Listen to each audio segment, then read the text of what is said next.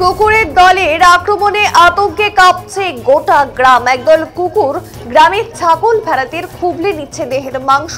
একা পেলে গ্রামবাসীদের উপরেও হামলা করছে।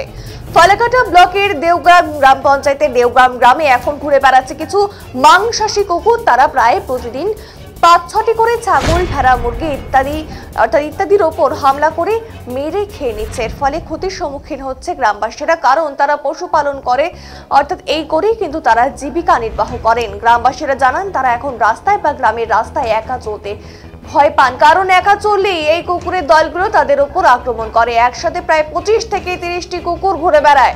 তারা ভয় পাচ্ছে তাদের সন্তানেরা যখন স্কুল থেকে বাড়ি ফেরে বা স্কুলে যাওয়ার সময় তাদের কোনো ক্ষতি করতে পারে। তারা এই বিষয়টি নিয়ে পঞ্চায়েত প্রধানের কাছে জানাবেন বলেও জানান।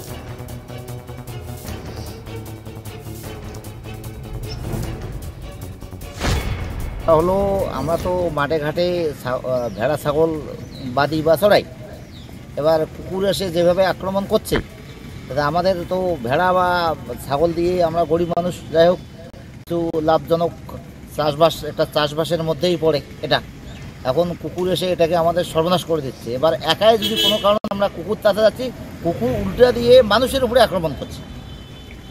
অবশ্যই এটা আমাদের গ্রামবাসীর মধ্যে একটা আতঙ্কের কারণ, কারণ ভেড়া ছাগল পুষিয়ে আমরা বৎসরে এক পয়সা এখান থেকে আমাদের আসে, সেটাও এখন কুকুরের যেভাবে উৎপাত, কুকুরের উৎপাতে কিন্তু এটা আমাদের বন্ধ হয়ে গেছে।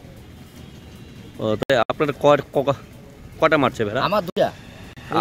আরো অনেক গ্রামবাসী এরকম আমাদের গ্রামে কমসে কম অনেক মারছে। আজকে হ্যাঁ মারি তো ফেলাচ্ছে, বান্দি ওই আসতে আর ধরে মা ওই ভেড়া ছাগলে ধরে কুকুরে ভেড়াটা একে ছিন্ন ভিন্ন করে খেয়ে আনে। কতগুলো কুকুর? 20টা, 18টা 20টা। ওই যে আপনি